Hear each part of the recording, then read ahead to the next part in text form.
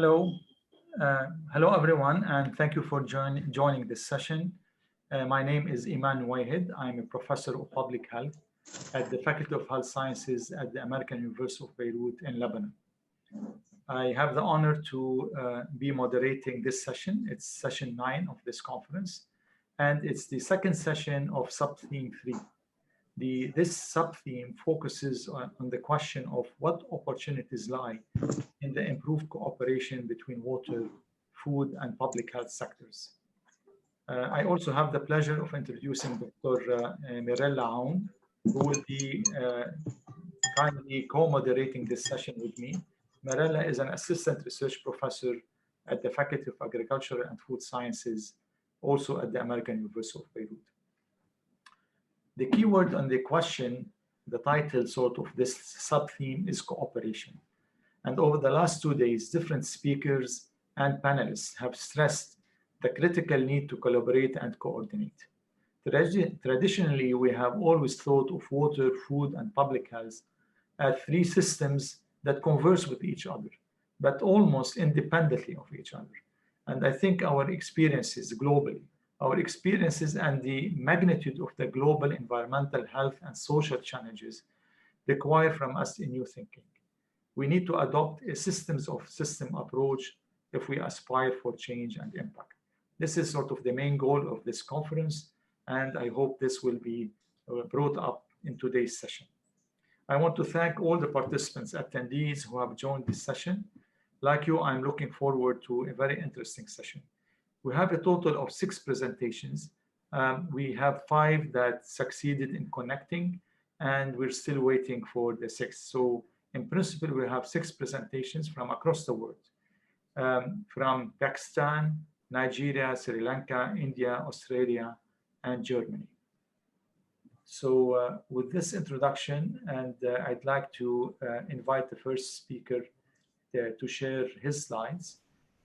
So our first speaker is Attaullah Shah, who is an engineer of the Karakoram International University, KIU, in Pakistan. Professor Shah, the floor is yours. Thank you, Iman. I think I'm audible to all of you. Yes, you are. Thank you very much, Professor, and I'm very grateful to be part of this very important international conference. The Karakoram International University is located in the northmost of Pakistan, and we are having the 3 mighty mountain series of Hindu Kush, Himalaya, and Karakorams. And this is the first university of this region. We unfortunately are exposed to the high vulnerability of climate change for the last almost 1 decade. And there has been a lot of threats to this region in terms of floods, in terms of Gulf events, and in terms of the challenge to the livelihood and well-being. So one of the climate change group, which is working with me, I'm kind of convener of that group. We are involved with the international universities and with the government that how can we reduce the vulnerabilities of the communities, and how can we then develop a pragmatic mitigation measures. So we are working with the UNDP GLAF2 project, and we are also working with the local agriculture and water resource department to bring sustainable solution to the threats and sustainability we are facing here. So this work is basically, which was done by a team here, and I wanted to share with you that how the climate change has been affecting the food basket of this region. Yeah, so I'll not go to the main details, but you see that the 4 are 3 very prominent SDGs, 6, 3, and 2 are related to water, food, and health security, and that is where the nexus of these 3 very important development goals are now coming of a challenge for us as well, because the climate change is impacting the quality and quantity of water, and this is leading to impact on the agriculture, and that is then leading to the health and well-being issues we are facing here. So we in this HKH region, Himalaya, Karakoram, and Hindu Kush region, we are facing this problem, and we are one of the 10 most vulnerable countries of the world, 7th in the list, which are vulnerable to the climate change impact. So the major threats we are now receiving is the change in the crop patterns and the availability of cultivable land, as well as the time we need for sowing and harvesting seasons. And this is really becoming shrinking. The temperatures are increasing, and some of the crops which we have been historically cultivating in this region are becoming now very threatening to cultivate. So this is one of the study that how in different valleys we could see that some of the crops are definitely increasing in terms of their yield, but the major crops which are the source of income for this region are becoming threatened. Okay, so this is I think the literature review. I'll not go into detail. You can read it later. It will be available. Yeah, this is just telling us that how the various household survey has revealed that the climate change is impacting the food security, and you can see that some of the important parameters are given here, which tells us that how the perception of the local people about the climate change and their impact on the production or the yield of the different crops has been mapped in different valleys. And there is a general consensus. We can see that the people are generally concerned about the impact of this climate change on the food availability and food security in the region. Now, unfortunately, this is a very fragile ecosystem, and we have a very little cultivable land here. And with successive floods and the Gulf events, the cultivable land has been inundated, and we have been left with very small amount of land which can be cultivated. So the government is trying to increase it through different mitigations and adaptation measures. Yes, this is just telling us that how the food security has been impacted.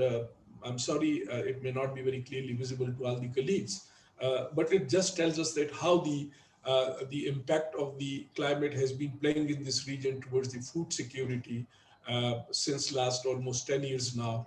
The episodes of the climate change has been very severely felt in this region. So we basically tried to see that how this climate change and the availability of water or variability in the availability of water is impacting the food basket in some of the valleys here.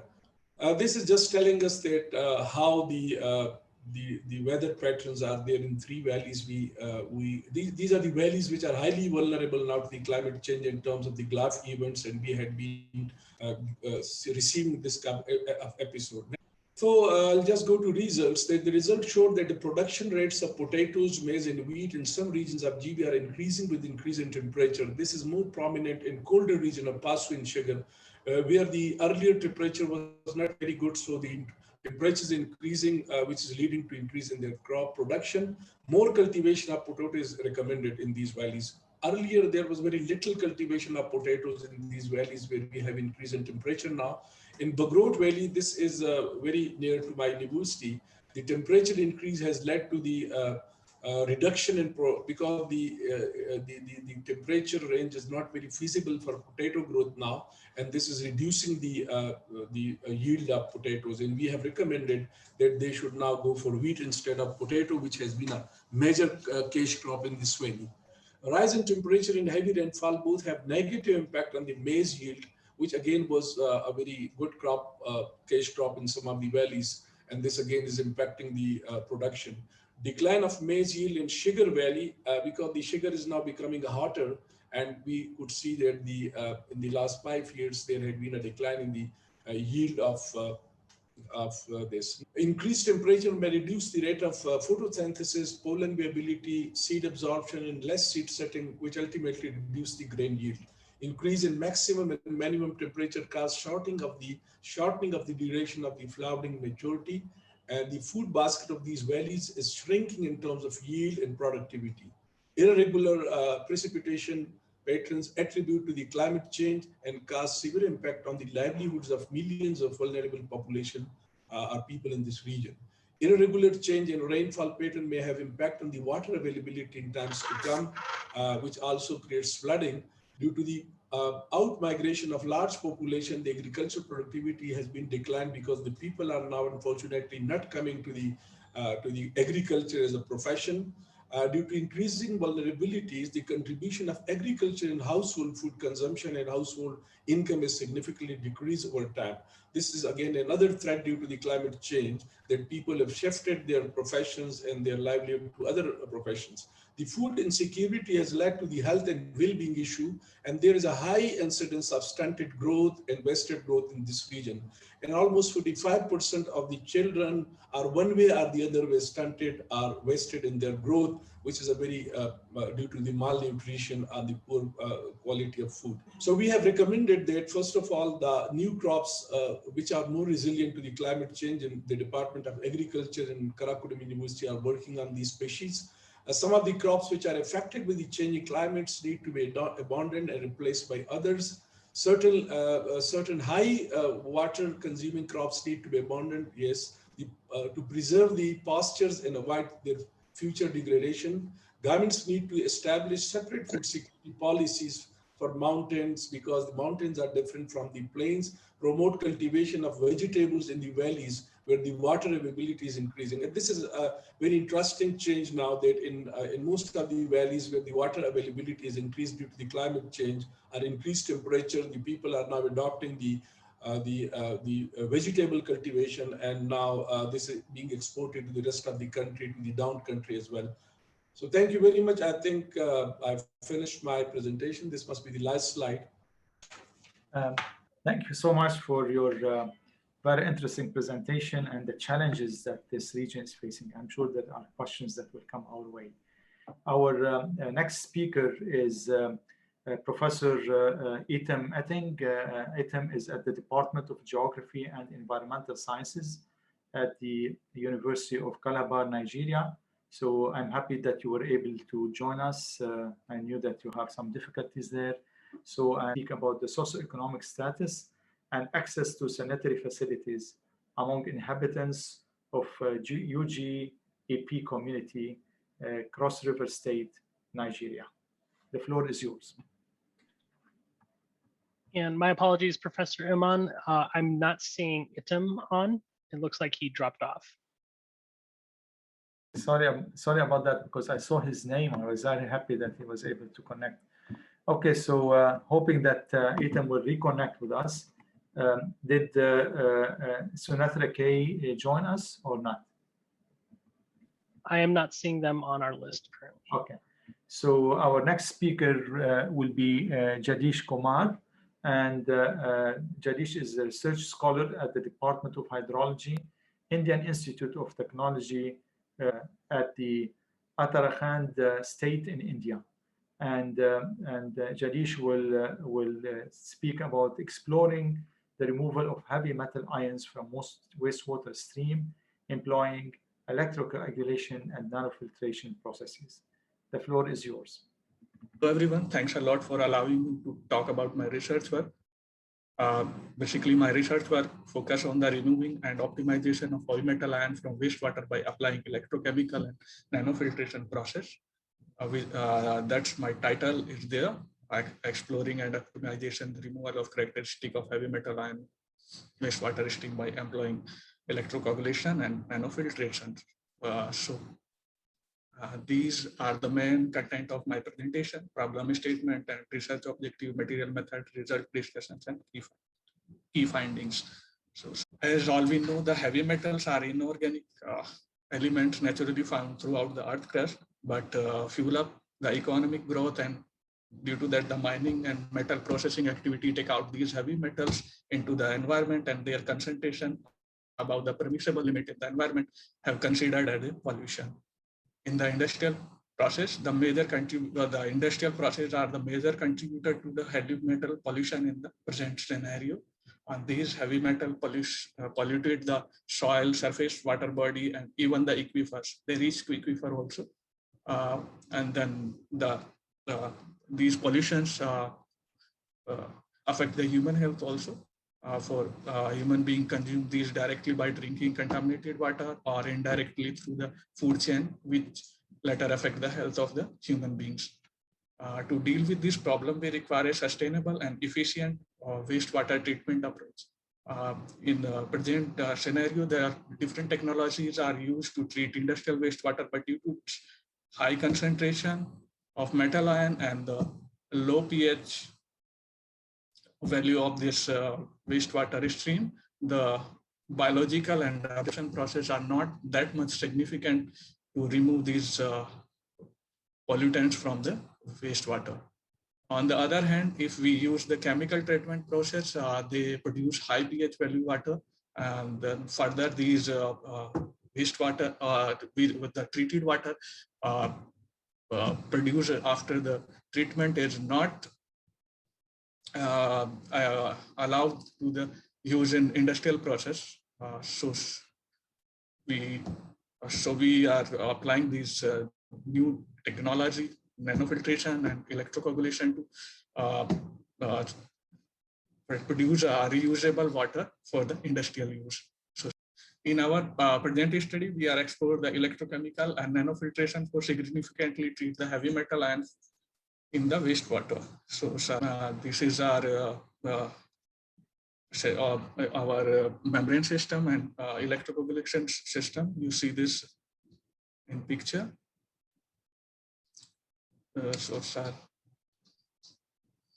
In our research work, we prepare the synthetic composite metal solutions by dissolving the appropriate mass of each metal in high purity molecular water. And nanofiltration and stainless steel electrode procured from the commercial market. And the lab experiments were conducted by the metal ion solutions with an electrochemical setup and nanofiltration membrane unit. These are the in present study, we are using the RSM-based central composition design, examine the efficacy and optimization of the nanofiltration and EC process, and our CCD help in arriving at the operation condition, highlighting the highest removal efficiency scenario. And these are the key factors: our pH, pressure, concentration, and temperature for the NF filtration, and then for EC is these are time, pH, concentration, and current. So, sir, due to that design experiment software, we use the experimental design to varying to these range of the factors differently, and we reach to the optimal conditions. In this graphical interpretation, we observe that the permeate flux behavior under different experimental conditions. We see this there. The flux basically depend upon the transmembrane pressure and temperature. These are the crucial factor. If we increase these both factors, the temperature and pressure, the permeate flux of membrane rise significantly, and the concentration and pH is not dominating factor for the permeate flux. So here the only transmembrane pressures and temperature play an important role in permeate flux. Yes, this is our graphic observation of graphical plot for experimental. Here we see that NF rejections, Zn and copper and rejection of all these metals are basically so that the pH of wastewater is very essential, and concentration along with the pH is play an important role in removal of wastewater heavy metal ions, and the temperature and pressure are not that much affect the removal process in our both EC and NF membrane system. So the graphical in that slides, the graphical observation of electrochemical process show that the initial pH of wastewater with increase in removal. If we increase the pH, then we show that graphical in our graphical representation that if we increase the pH of our solution, then this removal efficiency of the metal ions also increase with increase in pH. Sorry, sir. Concentration is not that much significant in removal process. Other is our current and reaction time. Both are essential in our removal process, because if we increase current and reaction time, we see that our removal of the metals and increase drastically with increase in our pH, our current and time. These are our highest achievable result in present study for nanofiltration and electrochemical process. Overall, our both treatment process show excellent removal efficiency for heavy metals, wastewater. The electrochemical process offers slightly superior capability of the removal of metal ion from wastewater. In this study, we are getting quite sustainable and superior result compared to the chemical and absorption process. Both technology increase both quantitative and qualitative aspect of the wastewater use and recycling. So we reduce the stress upon the freshwater resource, and freshwater resource easily diverted to the other uses in our daily life uses. Thank you, sir. Thank you so much. This again was a very interesting session, a different angle of intervention, and I think we're going to have a few questions for you, hopefully. So our next speaker is Professor Greg Leslie. Greg is a professor at the School of Chemical Engineering at the University of New South Wales in Australia, where he is also the director of the university's Global Water Institute. Professor Leslie will speak about the food and water for life, the co-creation and evaluation of sustainable community-led innovations to strengthen food and water security. Greg, the floor is yours. Thank you very much, Professor Iman, and thank you to the IWRA for putting on this wonderful conference. My name is Greg Leslie. I am coming to you today from Bidjigal land, who are the traditional owners of the land on which I'm based, and I pay my respects to their elders past, present and emerging. This project is largely about addressing 200 years of colonisation in Australia and the adverse effects that it's had on our First Nations people. You can't really address water, food and health individually. It needs to be done in a holistic way, but more importantly, we've found that it needs to be community-led and grounded in building up the capacity of the local institutions that are responsible for delivering these services. And so this project is a 5-year project that's been partially delayed by the COVID pandemic. It's funded by the National Health and Medical Research Council here in Australia, and it involves collaboration between the George Institute for Global Health, the University of New South Wales, the Dharawal Elders Group in Walgett, and the Walgett Aboriginal Medical Service. Could I have a very important thing, a component of this project is the collaboration and the co-creation. The project has 2 objectives, and it's really to improve the food and water connections for improving public health in Aboriginal and Torres Strait Islanders across Australia. We're working in Walgett, but the work is applicable to other jurisdictions. Co-presenting is a really important part, and I'd like, could you click on the audio next to the button number 1? Thank you very much, Greg, for the introduction and fellow partners on the panel today. My name is Christine Corby. I'm the CEO at Walgett Aboriginal Medical Service, a position I've held for 35 years and an organisation that's been operating for the same period of time. Thank you to the local Aboriginal Community Control Organisation, the Dharawal Elders Group, Wendy Spencer, and our speaker, Clem Dodd. This is a fantastic partnership with the University of New South Wales. It's all about water, it's about life, and it's about working in a community, some northwestern New South Wales, Gumaroi country. So we're very proud and privileged to be a partner in something that we feel has an economic impact in our community. So I'll now let Christine Corby show you where Walgett is in relation to the capital city, Australia. If you could push on number 2. Walgett's located 8 hours by road from Sydney and also from Brisbane. Situated on 2 rivers, but we also rely heavily on the Queensland water. So we're black Western Plains, soil plains, and the groundwater as well as the river water so the impacts on our daily lives.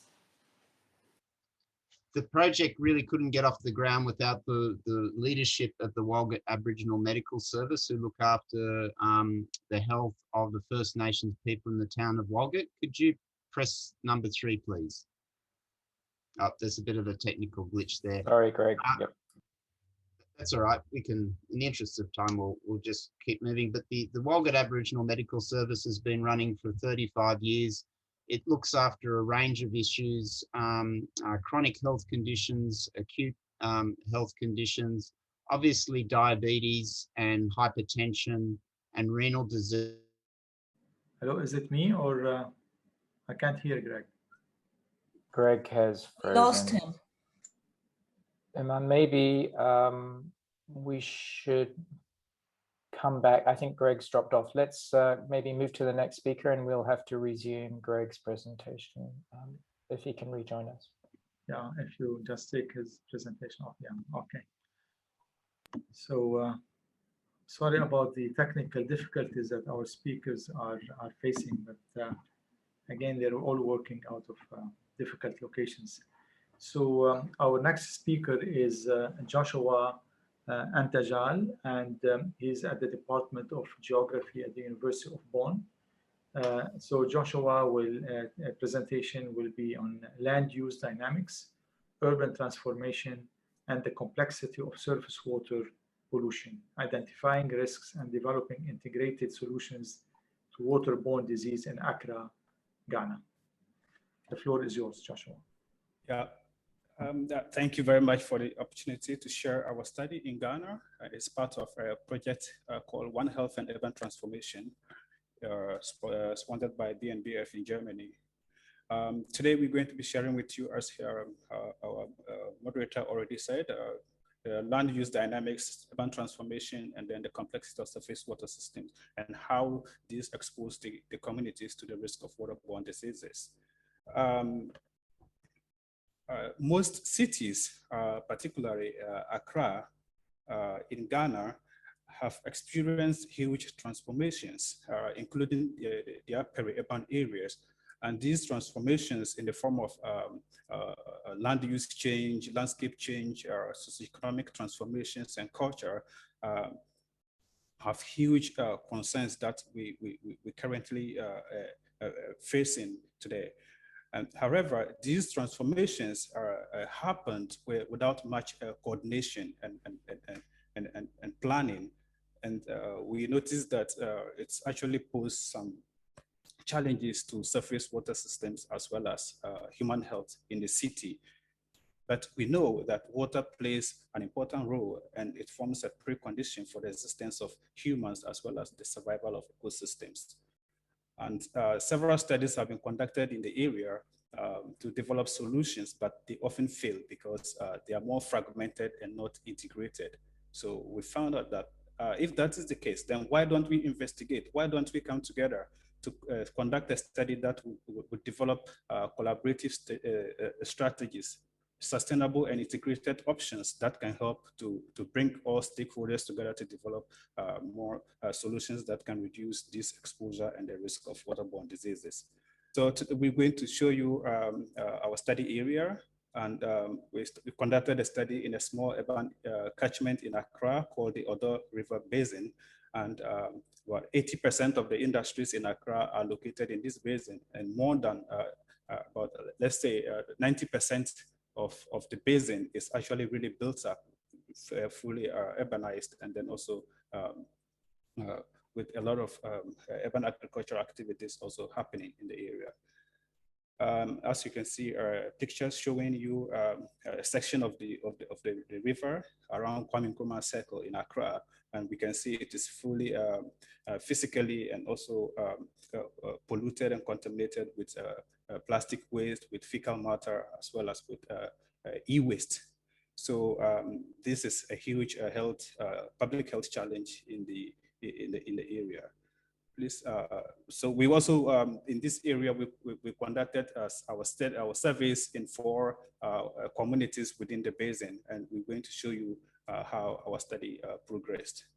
So methodologically, we used qualitative system dynamic approach where we employed mixed methods to identify the indicators and then also to develop the qualitative system dynamic models. So we employed literature review, expert consultation, focus group discussions, cross-sectional survey in the 4 communities, and then also used 3 stakeholder meetings to develop the framework, the model.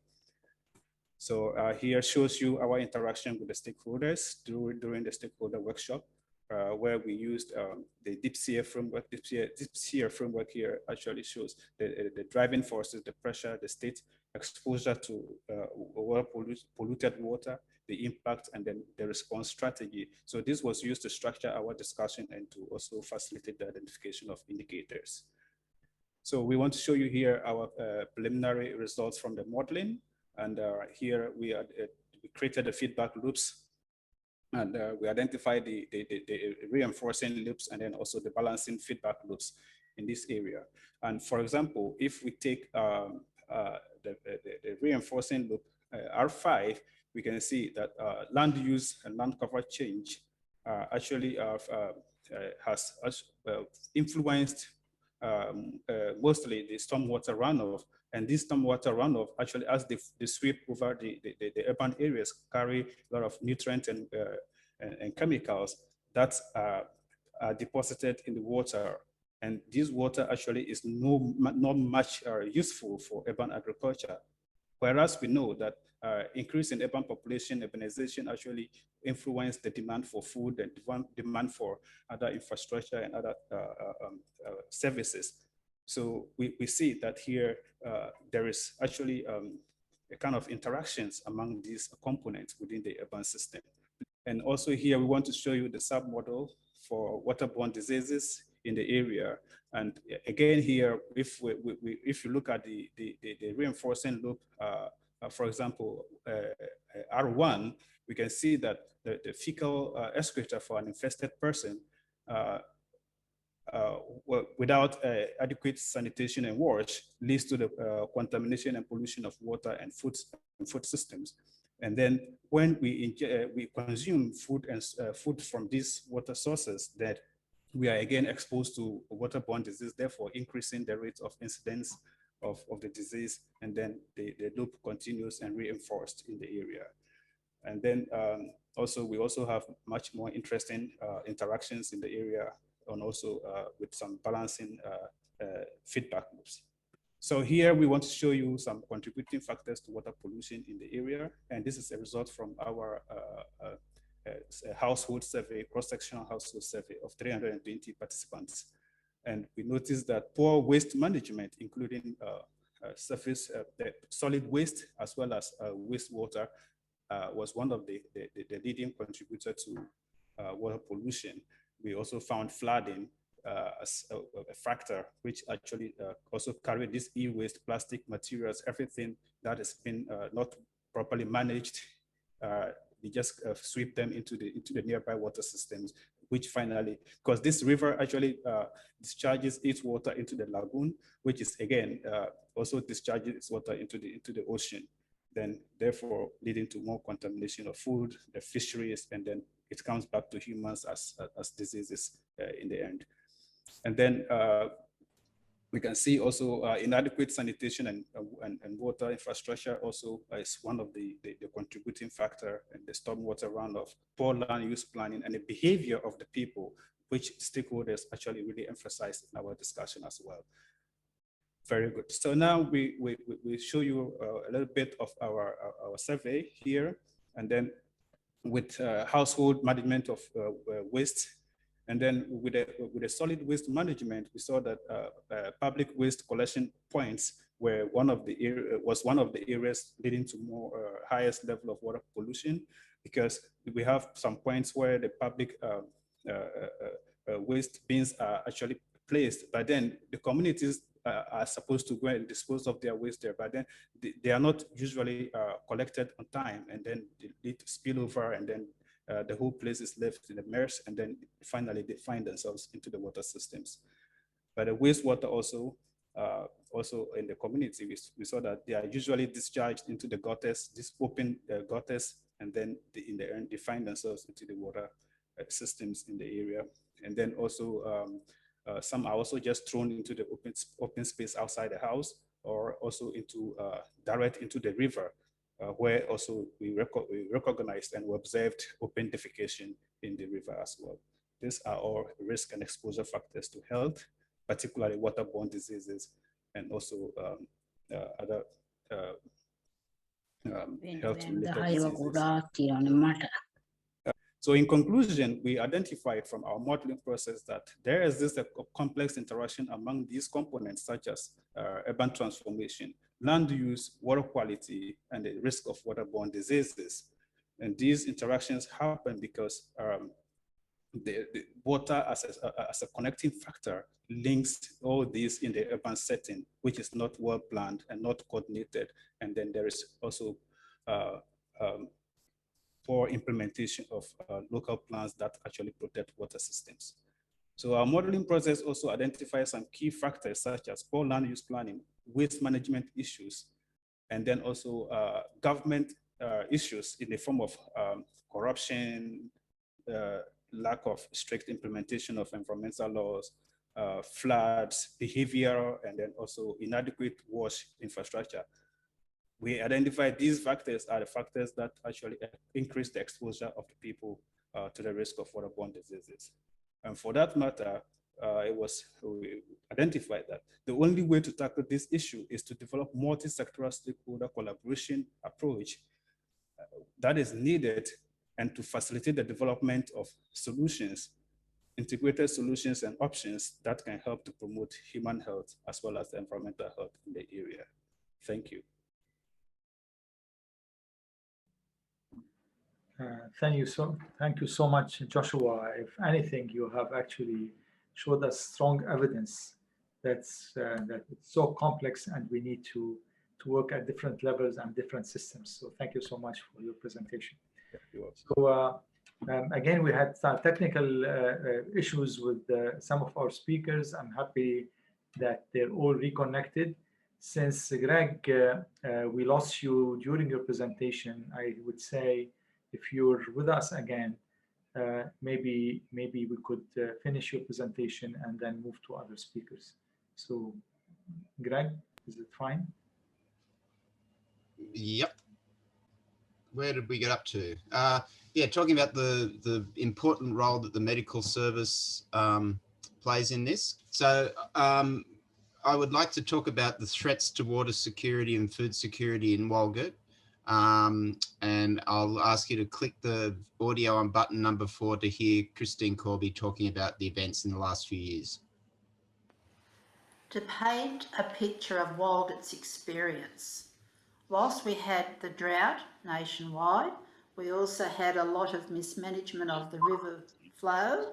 The water we lost impacted on us domestically with the bore water. The Shire Council, of course, had to dig another bore, so people were consuming the water, which not only affected the people consuming the water, but also affected the appliances. We were finding that the cost of replacing the appliances was unexpected and exacerbated, people's financial hardship. Traditionally, for us, we fish. There were no fish to eat, and that in itself was not a free access to food. The trees were falling in the river, so that traditionally affected the water flow.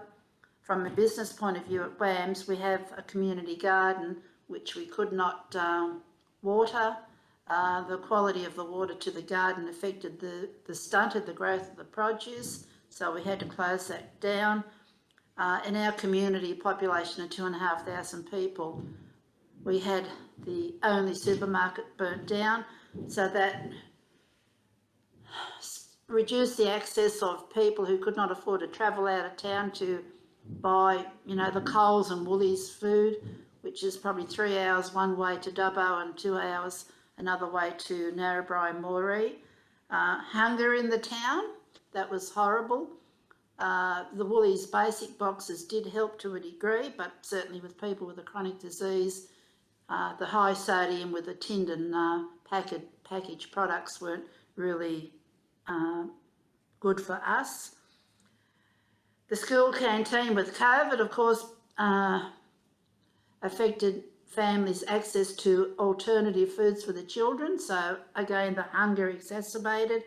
And of course, the panic buying, people, even though we were Walgett, we, couldn't go to the supermarkets outside of Walgett and buy the foods because the people from suburbia who could travel each day were actually stripping the shelves. So for us, when we made the journey to the Dubbos and to the Narrabris and Morees, there was nothing on the shelf. So it was just a fruitless exercise and people really suffered. So the approach, there's lots of similarities between what Joshua just presented. This is about finding community-led solutions and addressing the disempowerment that a lot of First Nation Australians have felt as a result of the way the country has been developed over the last 200 years. And so it's a very much a circular process, a lot of engagement with the community first to identify what the priorities were, looking at levers, regulatory levers that could help them improve that. For example, the access to groundwater that was, when they were on groundwater that had a very high sodium level, what could be done through the councils and the local water supply, working with the schools, working with the delivery food and taking a more holistic view of the connection between food, water, diet and health. And so here's some examples of a lot of the things that were initiated. This was a community food forum that was designed to address or identify in much the same way what things were making access to food and the quality of food worse and what could be done to balance it out. We had dietitians, we had people talking about water supply, we had a lot of people talking about local control of foodstuffs. Christine mentioned the importance of community gardens where local fresh vegetables could be grown, particularly for towns like Walgett that are a long way removed from other centres where produce can be bought. And so this was an example of one of the first interventions through the partnership was to install a type of wicking bed that's been developed for applications in the Pacific that's very, very water efficient. The bed actually holds water and water is only drawn up through the roots. You can see there they're wetting the beds in, but in normal practice, the beds are filled through the holes in the side and the water is held in there. That photo of the launch of the garden, there are now 48 beds installed and it's expanding to another 48 for a total of 96, was taken 2 days after the local temperatures had reached 47 degrees in December of last year. So these are very, and as you can see, the produce survived those very high temperatures because the water was coming up through the base. So the ambition for the garden project is to make it more a central part of community life where food is grown, local meals are prepared, diet plans are prepared using the produce that is available to avoid the use of or the higher reliance on processed foods.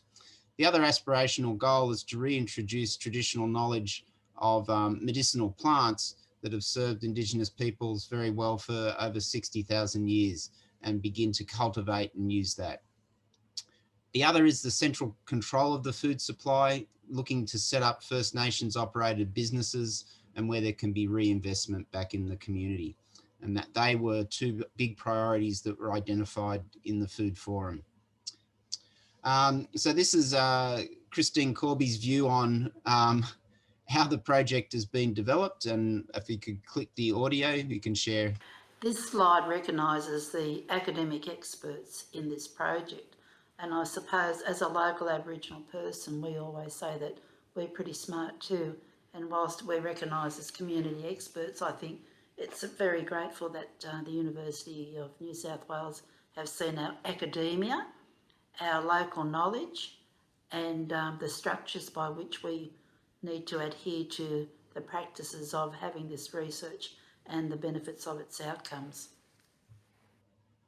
So here's a list of the people that are involved. As I said, it's a 5-year project. We had 1 year delay with the COVID pandemic, so we're now approaching the end of year 1, and it's to work through various water supply, public health, diet, and food security issues to to strengthen the capacity of the local community to mitigate effects like drought, other disasters that impact the supply and the supply chain logistics of their external food supply. So with that, I thank you, Professor Iman, for giving me an opportunity to finish. I thank IWRA, and most importantly, I thank the community in Walgett that we've had the privilege to work with for the last few years. Thank you, Greg. Again, a very interesting presentation, and I would say a very interactive one, bringing in collaborators from the community itself. And I think you sort of stress the role of the community there, and this has come up with other presentations. And thank you for introducing us to a new region in the world. We tend to forget what humanity has done to itself over the years and over history. So thanks. Our next speaker was supposed to be Etim, Eteng, and as I mentioned, unfortunately, he was unable to join, but thankfully, we're now joined by Christopher Abitiambi, who will present on the socioeconomic status and access to sanitary facilities among inhabitants of the regional community, Cross River State in Nigeria. So Christopher, if you can say one word about yourself and then start your presentation. Thank you.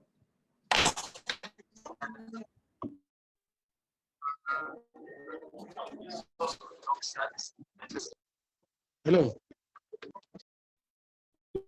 Next slide. I apologize, we can't hear the audio. I suggest maybe we stop this because we can't hear what's going on, and we ask the presenters to record their presentation and send it to us for the audience later. I apologize, we have a very difficult time hearing. So we move to our last speaker, and our last speaker is Professor Gunatilake Gunatilake, and she's professor in environmental sciences at the Sabaragamuwa University of Sri Lanka. Her presentation is on the analysis of spatial variability of groundwater quality in different climatic zones of Sri Lanka. Professor, the floor is yours. Hello. Can you hear me? Yes, we can. Please proceed. Yeah, thank you very much. I will start of spatial variability of groundwater quality in different climatic. Yes, this is the Sri Lanka 3 climatic zone into the annual rainfall in the country. In wet zone, you can see that the garments and other farms are there, and population is very high with comparing to the dry zone and intermediate zone in wet zone. Wet zone population is very high, and also that if we say that the cultivation is very high in dry zone area and intermediate zone with comparing to the wet zone, although the water scarcity problems are also is high, and waterborne diseases also is changing within these 3 zones with comparing to the wet zone. In dry zone and intermediate zone, waterborne diseases are very high. Still, more than 35 years we are researching or going to find the causative factors for chronic kidney disease. It's a special type of disease, and we mention it, and as we couldn't found any factors, we name it chronic kidney disease unknown etiology. The government also is highly concerned, and so many national and international scientists are doing their research to find any factors. Many scientists are pointed out that drinking water quality is maybe a causative factor for CKDU. So according to that, we aim to study. Our objective of the research is to investigate the groundwater composition or groundwater quality by calculating water quality index using a mathematical model in different climatic zone within this zone. So we started sampling from these 3 zones. Around 200 sampling we collected from wet zone 3 district, dry zone 3 district, and intermediate zone also we collected water from 3 district. So chemical analysis of these samples were carried out using standard method of WHO recommended standard method. Cations we measured using atomic absorption spectrophotometer, and also anions using spectrophotometer DR 2000 spectrophotometer, and also different hydrometric method. And PHEC, those are we measured using that the PHEC ORP portable spectrophotometer. Next. So water quality index and water quality using with water quality index we calculated using these parameters and using these equations. These equations modified by Brown 1970. According to their theory, the water is categorized mainly poor, excellent to unsuitable level using the water quality values. These are the water quality parameter results, the chemical and physical parameters of the sampling. And pH shows that the wet zone is acidic and intermediate and dry zone is basic nature. Wet zone acidity may be due to decomposition of organic matter, organic litter under wet warm climate condition and the soil type. And 73% of groundwater sample from the intermediate and dry zone are alkaline in nature. Due to high evaporation of hot weather may be the reason for pH converting acidic to alkaline nature. Electric conductivity. All sample of wet and intermediate zone and 77% of groundwater sample from dry zone were within the permissible limit of WHO. Dry zone characterized by low rainfall and high ambient temperature. Groundwater tend to move upward and most salt are accumulated during evaporation. This figure we shows that the some wells are exceed that the contaminated level. It is maybe due to high temperature and more salt accumulation in the topsoil layer. Alkalinity also, the intermediate zone is very high, and bicarbonate is the most dominant anion in the study area. And if we consider that the hardness, high hardness is recorded from dry zone and intermediate zone. About 30% of well in dry zone exceed the desirable limit of 300 ppm, and nearly 10% of well exceed the allowable limit of 600 milligram per liter. But long-term consumption of hard water may be increase the different waterborne diseases and also cancer and chronic kidney diseases in the dry zone in Sri Lanka. Yeah, chloride, this high chloride showed in dry zone in this figure. It is clearly mentioned that it is due to maybe application of fertilizer, because cultivation areas is very high in dry zone area.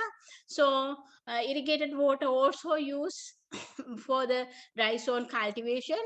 And fluoride also in intermediate zone 25% and dry zone 49% exceed that the 0.6 that is the recommended level for tropical countries. So a lot of wells showed the high fluoride concentration in the groundwater. That is why maybe we found while visiting, while doing our sampling, lot of chronic dental and skeletal fluorosis patients were there. So high fluoride concentration occurred due to fluoride bearing rock type, especially charnockite and biotite. And also this prolonged having that the high fluoride water maybe results dental disease and skeletal disease in the dry zone. If we consider nitrate and phosphate due to fertilization, several wells will exceed the maximum contaminated level of WHO, but most samples were within the WHO safe limit. If we consider that the phosphate level in groundwater, all samples showed exceed that the maximum contaminated level due to heavy application of phosphate fertilizer. If we consider that the major cations in groundwater, you can see that the dry zone showed very high amount of sodium and potassium, and also calcium, magnesium, all are exceed with comparing to the wet zone. This is the main anion series, that means dominant anion is bicarbonate and dominant cation is sodium and also calcium. So 12% and 11% of groundwater sample in intermediate and dry zone will exceed the discernible limit of calcium in groundwater, while the sample in wet zone was safe limit, that means less than the recommended limit of by WHO. Sodium concentration exceed the permissible level in 18% intermediate zone and 17% dry zone. But in a wet zone, all are less than recommended level. These rates, 6%, 29% and 48% magnesium content in groundwater will exceed its permissible level 30 ppm in wet zone, intermediate zone and dry zone. This is the main aim main aim of our research, the spatial map of the using the water quality index. This we calculate water quality index using that the other parameters, and according to that equation, we can see that the wet zone water is clear and excellent and good water quality, but other these are exceed that this lot of areas convert to the water has been convert unsuitable level. And also we found that this is a conclusion, groundwater in intermediate and dry zone need treatment before consumption and reduce concentration of mainly hardness and fluoride. 62% of water sample are good quality and 15% water sample are found very poor or unusable category. Poor groundwater quality areas are highly vulnerable for CKDU, and WQI, that means water quality index, is mainly depend on fluoride concentration in the sample, and also it is very good indicator very good indicator to detect changes in water quality considering their physicochemical parameters. I highly acknowledge the received financial assistance from Sabaragamuwa University of Sri Lanka and National Science Research Council of Sri Lanka under these two grant number 2006 SUSL RG. Thank you. Thank you so much. Again, you brought an interesting index to use, and showing the distribution over the whole country. This is great. May I ask Callum or Alex, how much time do we have for the Q&A session? You have about 15 minutes. 15 minutes, okay, very good. So thanks for all the speakers. I think this has been a very interesting session. And I don't want to take time from the Q&A session, so I would hand over to the co-moderator, Dr. Mirella Aoun, to guide us through the Q&A. I see that some questions have been posted, so let's kick start. Thank you, madam. Yeah, thank you, Dr. Iman, and thank you for all the presenters. We had very interesting presentations, and we have questions for all the presenters. So what I will do is that I will call upon each presenter and address the questions that were addressed to him in the Q&A box. And I will start with Professor Shah. Is he still with us? Yes, I'm here, ma'am. Thank you, Professor Shah. There's a couple of questions for you. And one is asking, if considering consequences of climate change on the agriculture sector, can we say that there are some positive aspects for climate change in certain regions in general, or are climate change consequences always negative everywhere? Yes, I think in my presentation, I have highlighted that in some valleys which were previously very cold, the increase in temperature has created some conducive environment for maize or wheat. So I think for climate adaptive agriculture patterns is very important, that we have to bring the kind of species and the kind of the crops which can be adjusted to the changing climate. So climate is not always negative for agriculture, in my opinion, but certainly we have to see that how we can respond to the changing climate by bringing new agriculture patterns and agriculture crops. And we recommended this in Sugar Valley, where the temperature is increased 3 to 4 Celsius, and the conducive environment has been created for maize production. Great, thank you. And was there anyone else or any international agency that are there to do some collaborations with you on these? Yes, yes, we are working with the two bigger partners. One is the Food and Agriculture Organization, and the second is National Agriculture Research Council of Pakistan, which is the leading institute, and we are working with them. They have 2 research centers here in the 2 parts of this northern Pakistan. So we are working with them to see that how can we develop the climate adaptive agriculture patterns and crops. Thank you, Professor Shah. And we'll move now to Professor Kumar, who presented on heavy metal removal from water. Is he with us? Hello, Shah. Hello, Professor Kumar. There's a general question for you, and this question is how do we detect the groundwater level? And is there different methods for detection, and which one you recommend? Let's move to the third question, Mirella, and then we can. Okay. Professor Leslie from Australia. We have a question on water and food security for Aboriginal people. The question is how climate change is affecting First Nation business practices. Excellent. That's a very, very good question. The community, a lot of First Nations communities, we mostly work with the community in Walgett, but further down the river, the Barkindji elders are really concerned about climate change because the duration of, or the frequency of drought and the duration between major weather events is increasing, and the intensity of the rainfall events is increasing.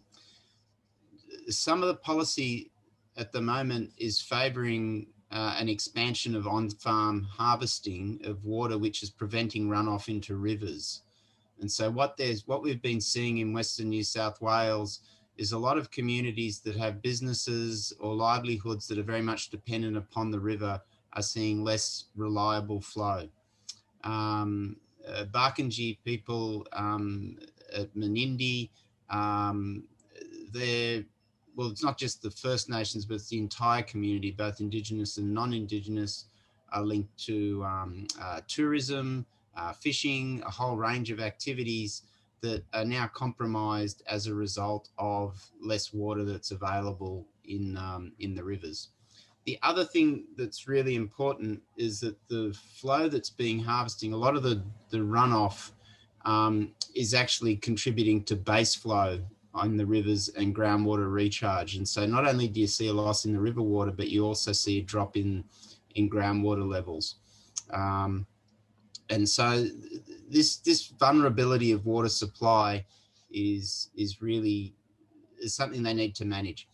And so water efficiency measures are things that we can implement at the local scale, but really they're looking at to the macro scale to improve policy to prevent things like on-farm floodwater harvesting, which is preventing the excess wet weather flows making their way into the river. Thank you, Professor Leslie, for this insight on water and food security and for First Nation people in Australia. I'd like to call on Mr. Joshua Ntajal from Ghana, who presented on river contamination in Ghana. Yeah, please, let's go. Yes, thank you. So there is a question on how a poor use of land can affect the water pollution in Accra River. Do you think that the intensive use of land using chemicals may cause pollution? Absolutely, thank you. I already tried to answer this question through the Q&A box, but then I will again say that yes, that's true. Partly part of the reasons why we face water pollution and contamination issues, because there are urban agricultural activities that are going on, and also we have about 80% of the industries in Accra that are located just at the bank of the river. So chemicals from these areas are also discharged into the river directly, and also through surface water runoff and direct discharging of wastewater also are part of the water pollution in the river. We also have auto mechanic shops, like vehicle repair shops that are located along the river. The grease, all the materials, the e-waste, everything are also found in the water. Physically, you can even observe that. Yeah, thank you. And are there some public initiatives to address water contamination in Accra River? Yes, please. There are a lot of public initiatives that are going on. We have the Environmental Protection Agency that are working there. We also have Institute of Public Health from the University of Ghana. They are also working there as well. We have the National Disaster Management Organizations. But then the challenge we found was that they work individually and they are not working collaboratively. However, the pollution and contamination of the river is more complex because it's coming from more different sectors, from diverse areas, through the market system, through production industries, from everywhere, households. So we need more sectors to collaborate and not just only one institution working at a time. And that was the reason why the main motivation for our study, bringing all these institutions together, working together, develop solutions that can be implemented. Yeah. Thank you. Thank you, Joshua. And would like to move to Professor Gunatilake from Sri Lanka on the quality of groundwater. Is she with us? Professor Gunatilake, there's a couple of questions for you. And the first one is, was there any parameter of organic pollution that you've considered for the calculation of your water quality index, such as BOD, COD, and TOC, which play a crucial role in waterborne diseases? Yes, thank you very much for the comments. This is only for we investigated the finding the effect from water qualities. We consider only several parameters, but there are another section in our grant. So it continued to find out any microbial action, microbial contamination, to find out this relating this disease, especially chronic kidney disease, that according to the literature, it's highly recorded that hardness of groundwater. It is those lot of researchers found that the hardness may be the reason, and so we also this abstract was submitted from one side of our grant. We check only physical chemical parameters, and other section also have still we and also we doing, but not included this resource in this abstract. Okay. Thank you. And are all the cations and anions contamination detected linked to agricultural activities? Yes, all wells are related to inside or nearly very close to the paddy cultivation. So all wells are inside paddy cultivation or inside the field or very close to the field. Some are drug wells, some are tube wells. Thank you. Thank you, Professor Gunatilake. I think we covered all the questions, unless we have Professor Kumar again with us. He is with us. I don't know why he's not hearing us. Okay. Okay, maybe we will send him the questions and he can share the... Mirella, I saw a comment rather than a question, but it's somebody who's and he's asking how can actually we take some of these ideas that have been presented. So this is, I think, to all the panelists, and move it into doable projects that NGOs can implement. Any thoughts on that of how can NGOs actually become the sort of the active partners in these in those projects? Any thoughts?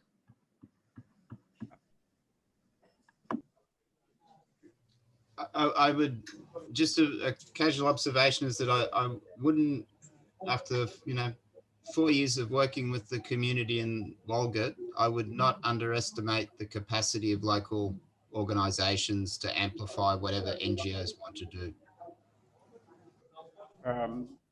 Yes, please. Can I also make a contribution? Please go ahead. Yeah, thank you. For my part, based on this study that we have conducted, NGOs, about 3 NGOs were involved, and after our preliminary results, they have taken up some steps to involve more of the communities, the households, the local people, because some of these NGOs are from the water resource management, and also coalition of NGOs are engaged in water resource management and environmental protection. So they have taken a step further. They realize that the role of the communities is really very important in this protection of this surface water system. So they have taken a step to engage with them at the community level. And this is actually what is currently ongoing and started December last year. Thank you. Mirella, do you have any more questions? There was one that was Professor yes. Shah again. Yeah, maybe last question for Professor Shah. If he's still with us, someone is asking if you recommended a reduction in cultivation of water-consuming plants, and do you think that this may lead to a loss of indigenous species and lead to a loss of biodiversity? Yes, I don't talk about the crops which are not indigenous to replace the existing food basket, but there are some crops which are grown in one part of the region. So I would suggest that within the basket which is available here, I'm not talking of bringing some species or crops which are not indigenous to this part of the world, because this will have another biodiversity issue. So my recommendation to the departments was, the agriculture department was, that within the food basket which can be grown here indigenously, we can substitute the crops within the same basket. Because if we bring some species or crops which are not indigenous, that would certainly create a lot of other issues like biodiversity, and that would not be, I think, a good sustainable solution. Thank you. Okay, Mirella, I think our time is up for the Q&A. And thank you to all the speakers. I think I've enjoyed this session quite a bit, and we've brought the speakers have brought in very interesting ideas. If I want to summarize sort of key points here, I think some of the key points that were brought up by the speakers across the different presentations were, one, the complexities that we face in these situations. You're talking about people that are under-resourced, that are poor, and still dealing with huge infrastructure failures and mismanagement. So this came across. I think the idea and the point of community engagement has been stressed, and I guess this again a key point that we need to transmit. And three, that climate change is impacting us all, impacting the three actually systems that we're talking about: food, water, and health. And we need to think about always alternatives to that, while trying to mitigate its effect on one hand and prevent it on the other. So I want to thank you all for this rich session, and I want to thank all the attendees, and I hope you also enjoyed the session, and thanks to your questions and your engagement. And thank you, Mirella, so much for co-moderating the session. I think with that, I want to thank you all for being with us, and have a good day. Bye-bye. Have a good day. Thank you.